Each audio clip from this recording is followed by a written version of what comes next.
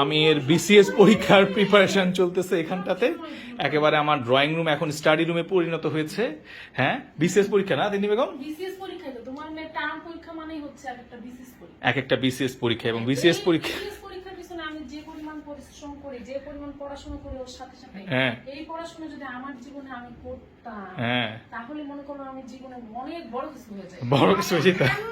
আমি তো অনেক ভালো করব, আমি একদিন দেখবা যে আমি অনেক অনেক অনেক বড় জিনিস করে ফেলছি। অনেক বড় একটা জিনিস করে ফেলছে, অনেক বড় জিনিস করে ফেলছে। কয়দিন একটু ওয়েট করতে হবে। সো আজকে বেসিক্যালি আমাদের সুজানার পরীক্ষা শুরু হয়েছে। সো এই উপলক্ষে আমার বাসার অবস্থা দেখেন। এই যে আমার ছোট সন্তান এখানে নিরীহ বাচ্চার মতো ঘুমাচ্ছে, তার মা তাকে তার পাশে নিছে এবং এই পাশে হচ্ছে তার বড় সন্তান আমাদের সুজানাকে নিয়ে পড়তে বসাইছে। আর এই যে আমাদের ড্রয়িং রুমের অবস্থাটা যদি মানুষকে দেখায় যে এই রুমে বলে ড্রয়িং রুম না স্টাডি রুম, সবাই কনফিউজড হয়ে যাবে। আর এমন একটা সিচুয়েশন যে এখন আমি তাদের পিছনে পিছনে তাদের খাবার নিয়ে ঘুরতেছি, কারণ এই বিসিএস পরীক্ষার টেনশনে মা বেটি দুইজনের একজনে খাওয়া দাওয়া করে নাই। খাবো তো, খিদা তো লাগছে। হ্যাঁ, চিন্তা করতেছিলাম যে এই পড়াটা কমপ্লিট করে খাই। বিসমিল্লাহ বলেন, বিসমিল্লাহ বলেন, না বিসমিল্লাহ বলেন, একটু এই তো আপনি ধরেন বিসমিল্লাহ। আমাদের মা এবং মেয়ে দুজনেই হচ্ছে আজকে পরীক্ষার প্রিপারেশন নিচ্ছে। আমি যখন রিপোর্ট কার্ড নিতে যাই হ্যাঁ, তখন দেখবো যে একটা না একটা স্পেলিং ভুল করে আসছে আর এই জন্য 0.5 মার্কস কাটা গেছে। আরে একটাই তো ভুল হয় না, বাসায় যে কোন ঘুমাবে একটা ভুল হলেই তো দেখো 0.5। আমাদের এই যে আপনি এই নলাটা মুখে নেন, না এই নলাটা মুখে নেন, এই নলাটা মুখে নেন। একটা কথা বলি, একটু আমাদেরকে শুনেন, মনোযোগ দিয়ে শুনেন। এই যে তোমার পরীক্ষা, তাই না? তোমার আম্মাকে কি করতে হচ্ছে? এই রান্না বান্নাগুলো কে করেছে? এগুলো সব রান্না করেছে কে? মা রান্না করেছে। তাহলে তোমার আম্মুকে রান্না করতে হয়েছে। এরপরে এই যে শায়ানকে একটু আগে ঘুম পাড়াইছে, কে ঘুম পাড়াইছে? মা।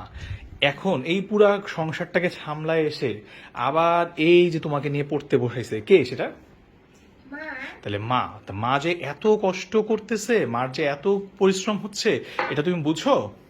হ্যাঁ, তাহলে তোমার কি উচিত? ভালো করে পড়া উচিত না? আমি অনেক ভালো করেই করতে। তাহলে তুমি তো ভালো করেই পড়ো, কিন্তু পরীক্ষার হলে গিয়ে তাহলে যদি তুমি ওই যে হাফ মার্ক কম পেয়ে যাও, তখন মার কষ্ট হয় না? তোমার মেয়ে কি হয় জানো? পরীক্ষা শেষ, হুম পরীক্ষা শেষ করে খালি এদিক সেদিক অস্থির হয়ে যায়, কখন খাতাটা দিব আর বাইরবো। মানুষ যদি এই অবস্থা, ভুলটা অস্বীকার করতে পারে না, আমার এটাই দুঃখ। আচ্ছা আচ্ছা, এত দুঃখ করতে হবে না, এখন নেন খান, খাওয়া দাওয়া করতে হবে তোমার। হ্যাঁ, একেবারে বিসিএস পরীক্ষার প্রিপারেশন চলতেছে আমাদের বাসায় মা বেটির। ইনশাল্লাহ এবার ভালো হবে। একটা মজার ব্যাপার হচ্ছে, আমার মনে হয় এই চিত্রটা প্রত্যেকটা ফ্যামিলিতেই, আসলে তাই না? এই যে আমার যেরকম অবস্থা, হ্যাঁ। আমি জানি ওর ফ্রেন্ডের মাদেরও সেরকম অবস্থা।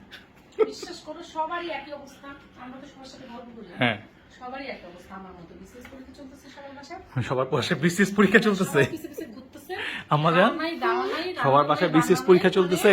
তাহলে আপনাকে একটু বিসিএস পরীক্ষার জন্য তো আরেকটু প্রিপারেশন নিতে হবে। প্রিপারেশন নিতে হলে একটু খাওয়া দাওয়ার সাথে সাথে করতে হবে। খাওয়া দাওয়া না করলে তো হবে না, একটু খেতেও হবে। খাওয়া দাওয়া করে নিতে হবে। তিনি বেগম, আমার মনে হয় যে এত টেনশন করো না, এবার তো মোটামুটি প্রিপারেশন ভালো আছে, আল্লাহ ভরসা।